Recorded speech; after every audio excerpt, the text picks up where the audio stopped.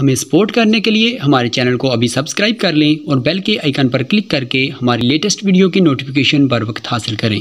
رہبر کا سراغ۔ رات کے 12 بجے کے بعد آمنہ سے رابطہ کرتی رہتی تھی۔ کبھی وہ موبائل پر بات کر لیتی، کبھی میں۔ دن گزرتے گئے لیکن چاروں طرف سے حصار تنگ ہونے لگا تھا۔ گھر چھوڑنے کی ہمت اب بھی نہیں کر پا رہے تھے۔ والدہ کو مجھے مارنے کا جنون سا سوار تھا، حتیٰ کہ بہنوئی اور بہن جو قریب ہی رہتے تھے وہ تک کہتے تھے کہ ممی اتنا زیادہ ٹھیک نہیں ہے، آپ بہت زیادتی کر رہی ہے۔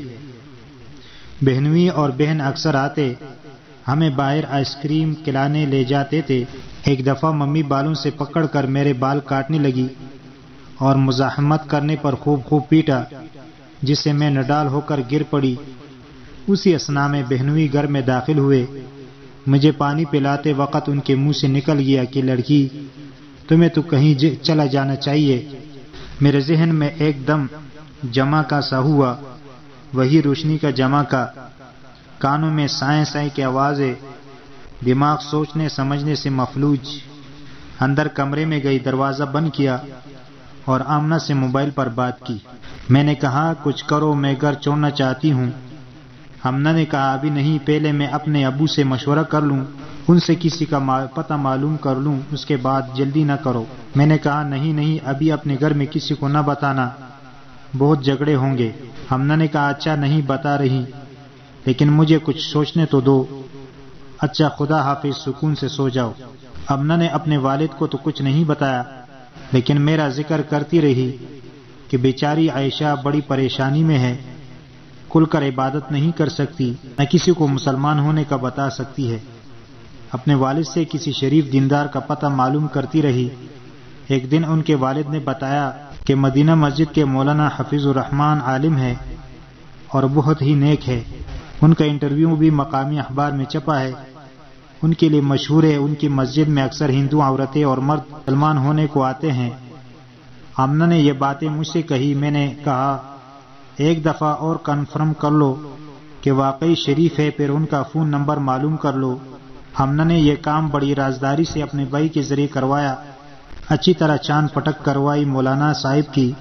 اس کے بعد ان کا نمبر معلوم کر لیا اور مجھ سے رات کو رابطہ کیا۔ آمنہ نے مجھے کہا عائشہ، میں نے اچھی طرح معلوم کر لیا ہے، مولانا صاحب بہت ہی نیک آدمی ہے، پورا شہر ان کی عزت کرتا ہے، اور تو اور ہندو بھی ان کی عزت کرتے ہیں۔ ان کا نمبر لکھ لو اور ایک دفعہ ان کو اپنی حقیقت بتا دو، آگے اللہ جو راہ دکھائے وہی کرنا۔ خدا حافظ۔ مولانا صاحب سے مشورہ۔ دھڑکتے دل کے ساتھ نمبر نوٹ کیا۔ اب مولانا حفیظ صاحب کو ہمت نہیں ہو رہی تھی کہ فون کروں۔ حواس یکجا ہونے میں 2-3 دن لگے اور ڈرتے مولانا حفیظ الرحمان صاحب کا نمبر ملایا۔ جیسے مولانا صاحب نے فون اٹھایا تو کہا السلام علیکم، کون؟ میں نے کہا جی میرا نام عائشہ ہے۔ تو مولانا صاحب نے کہا جی فرمائیے۔ میں نے کہا مولانا صاحب میں نے اور میری بہن مریم نے 2 سال ہوئے اسلام قبول کیا ہے۔ مولانا صاحب نے کہا ماشاءاللہ الحمدللہ۔ تو پھر میں نے کہا مولانا صاحب ہم اپنے گھر میں ہی رہ رہے ہیں۔ مولانا صاحب نے کہا بہن دین میں تو کافی آزمائشیں آئیں گی۔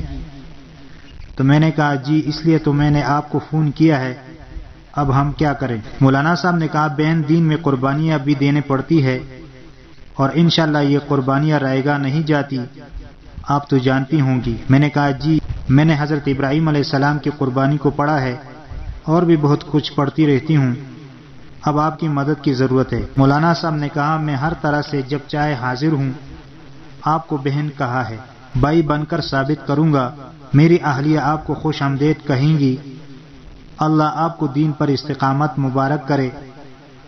جب میری ضرورت محسوس کرے اسی نمبر پر رابطہ کر لے۔ خدا حافظ۔ دل کے بوجھ ہلکے۔ مولانا صاحب سے بات کر کے سارے بوجھ دل کے ہلکے ہو گئے۔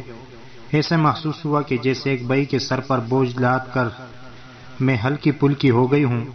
اب مریم نے بھی ساتھ دینا شروع کر دیا تھا، جس کی وجہ سے اب مجھے اس کی فکر بھی ہلکی ہونے لگی تھی۔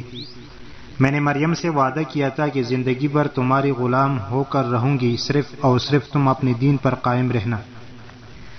یہ جان کوئی حقیقت نہیں رکھتی، کبھی بھی یہ فنا ہو جائے گی۔